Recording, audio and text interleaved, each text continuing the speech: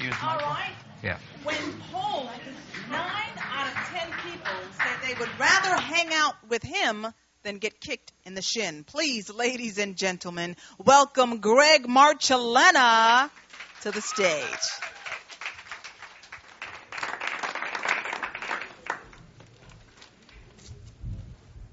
Hey, everybody. Am I in an empty room? So I just moved back to this area from New York City. I was living there for a little while. And one of my favorite things about living in New York are the homeless people. And it's not just the number, but the variety. There's nothing like it. My favorite type of homeless person are the people that walk around all day talking to themselves. Every time I see one of them walking towards me down the street, I get excited. I want to know what they're talking about. Not curious enough to actually get close and listen, but, I'm curious. Maybe he's not crazy. Maybe he's just some kind of scientist trying to figure out a problem. Maybe he's just, maybe there's just some magical person that's invisible that walks next to him all day that I can't see. I don't know. What I do know is I just want to tag one of them one day like they do with the sharks and the nature shows. Throw a tape recorder in his pocket and just release him into the wild. Track him down a week later, just see what's on there. Maybe he knows the cure for cancer. Maybe he's just reciting it over and over again so that he doesn't forget. I don't know. I want to be able to find my Goodwill Hunting of homeless people. Just a real Rain Man kind of guy. Just, smelly. One of the things I used to do a lot of the time while I lived in New York, I went to a lot of dancey bars. And since I'm going to assume that none of you know what a dancey bar is, I'll explain it to you. It's a term I made up, so don't feel bad for not knowing. A dancey bar is a bar that has dance music and a dance floor, but it's not a club because they don't charge you $50 to get in the door, and you can go dressed like I am. Now, I used to go to these dancey bars with a friend of mine, and I know looking at me, I might not seem like the kind of guy who would be in his element on a dance floor. But that was never really a problem. I could hold my own. It really wasn't an issue. And it wasn't a problem that my friend that I would go with is the tall, dark, and handsome type with the smooth Caribbean accent. I got over it a long time ago that he's far more attractive than I am. And it really wasn't a problem that he would spend most of the night dancing with these incredibly gorgeous women. I know my place. I wasn't jealous. The problem came when these when these gorgeous women, much like me and my friend would go to the bar, came with their less attractive friend. And the less attractive friend refused to dance with me. Now, I'm not saying some girl that I've never met before who probably has no interest in me should be dancing all up on me like we're together, but a couple of steps in my general vicinity would not kill you. I get tired of being the guy in the middle of the dance floor who's so awkwardly alone that he's either too drunk or not drunk enough. But the problem sort of resolved itself. My tall, dark, and handsome friend with the smooth Caribbean accent got deported. So I don't really go to a lot of dancey bars anymore. And speaking of gorgeous women, I pretty much despise all beautiful people. They tend to have no personality, no sense of humor, and they generally can't think for themselves. Unless, of course, at some point in their lives they were hideously ugly. And this is the case because beautiful people tend to just show up somewhere and they're beautiful and people give them things.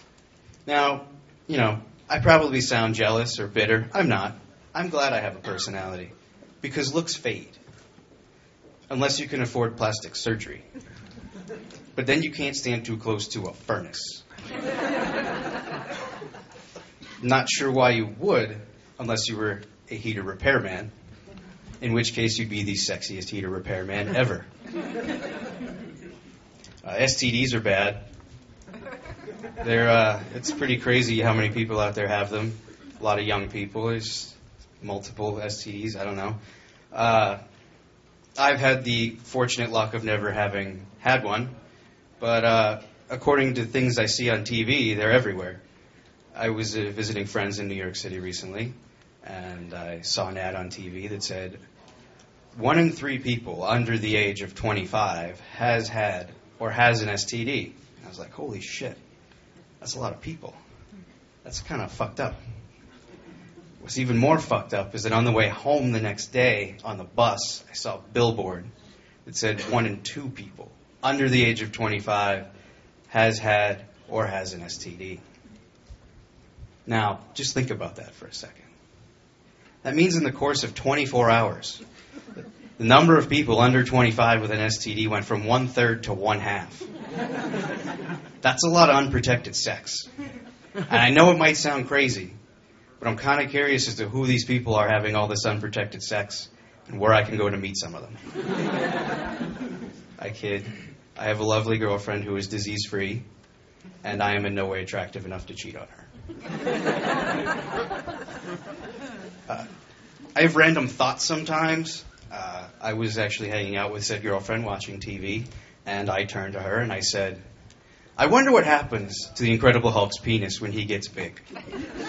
I imagine it gets green like the rest of him, but does it get bigger like the rest of him, or does it stay the same size? Because if it stayed the same size, it would look silly.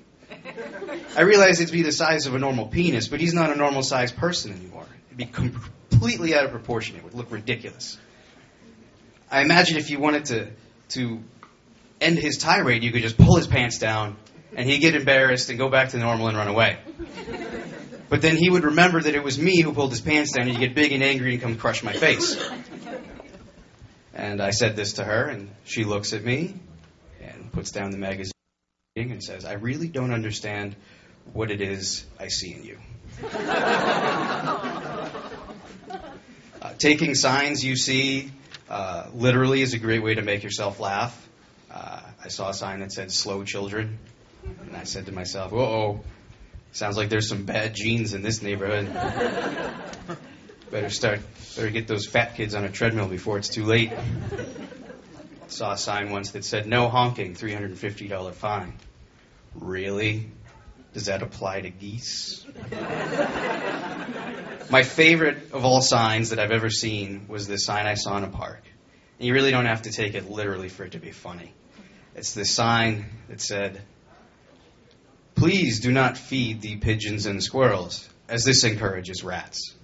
It's like, holy shit. All this time, I did not think different species could interbreed. Not only do squirrels and pigeons fuck, but when they procreate, you get a rat. Turn my world upside down.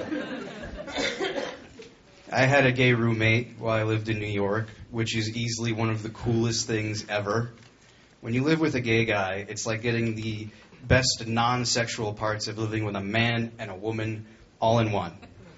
He cooks, he cleans, he does the dishes, and when the toilet breaks and starts squirting water everywhere, he knows exactly what to do. He grabs his tools, he goes to work. If he had boobs and a vagina, I would have proposed. It did get a little awkward, though, when he would talk to me about the other guys he dates. And it's not so much that, a guy dating another guy bothers me. I never cared. It was the fact that just about every guy my roommate saw naked had a humongous penis. And it made me feel inadequate. And I know they say the average is 5 to 7. But when your roommate, who sees a lot more naked men than you do, is talking about 8, 9, 10 inches long, thick enough to choke a hippo, it really makes me wonder if a bunch of guys got together and made up the whole 5 to 7 thing to make guys like me feel better about ourselves. I don't know. Aside from the penis thing, it was great living with a gay guy. When he would tell me that my girlfriend was beautiful and had fantastic boobs, I knew he really meant it. And I never had to worry about coming home from work and finding him inside of her. Thank you so much.